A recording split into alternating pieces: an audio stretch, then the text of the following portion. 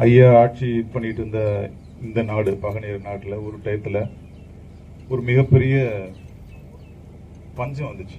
மழை இல்லை, தண்ணி இல்லை, தானியங்கள் விலையில, உணவுக்கு ரொம்ப ஒரு தட்டுப்பாடான ஒரு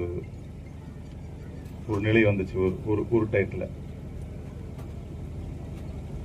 அப்போ அவர் கூட இருந்தவங்க அவர் கொடுத்த சொன்ன ஒரு விஷயம் வந்து, நம்மளுடைய அரண்மனையில் உள்ள உணவு தானிய கிடங்க வந்து உடனடியாக சீல் பண்ணி அதாவது பாதுகாப்பு போட்டு அதை பாதுகாக்கணும். இல்லைன்னா மக்கள் பஞ்சத்தில் இருக்காங்க, உள்ள வந்தாலும் வந்துடுவாங்க அப்படின்னு சொல்லி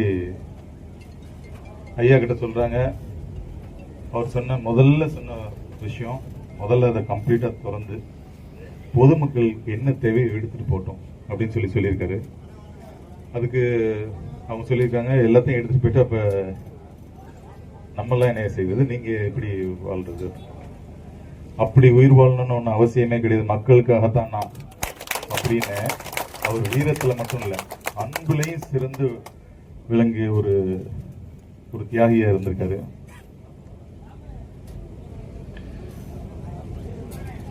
அவரை போலவே வீரத்தால் மட்டும் இல்ல, மக்களுடைய மனதையும் வென்ற தலைவராக இன்னைக்கு மாண்புமிகு தமிழக முதலமைச்சர் அவர்கள் இன்னைக்கு வந்திருக்காங்க.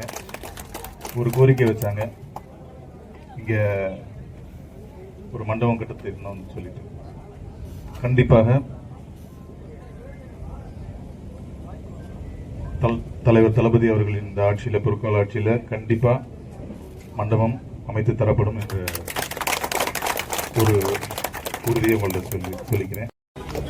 மாவட்ட ஆட்சித்தலைவர்களையும் மேடைக்கு வருவதற்காக உங்களை அன்போடு அழைக்கின்றோம்.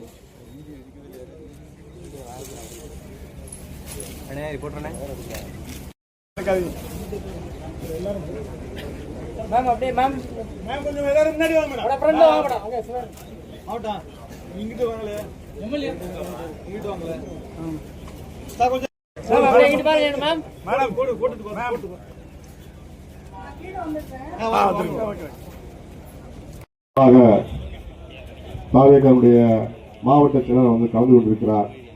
அடுத்த விழாவிலே அவர் மாண்புமிகு அமைச்சராக இங்கே வந்திருப்பது வேண்டும் என மாண்புமிகு அமைச்சர் அவர்களை இந்த நேரத்திலே கோரிக்கையாக வைத்து உரையை நிறைவு செய்கிறேன். நன்றி, வணக்கம்.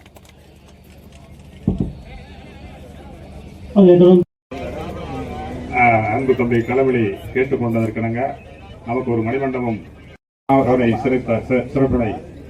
சிறப்பாக செய்து கொடுத்த அத்துணை நல்ல உள்ளங்களுக்கும், வருகை தந்த பெரியவர்களுக்கும், தாய்மார்களுக்கும், அரசு ஊழியர்களுக்கும், பத்திரிகை நண்பர்களுக்கும், காவல்துறை நண்பர்களுக்கும்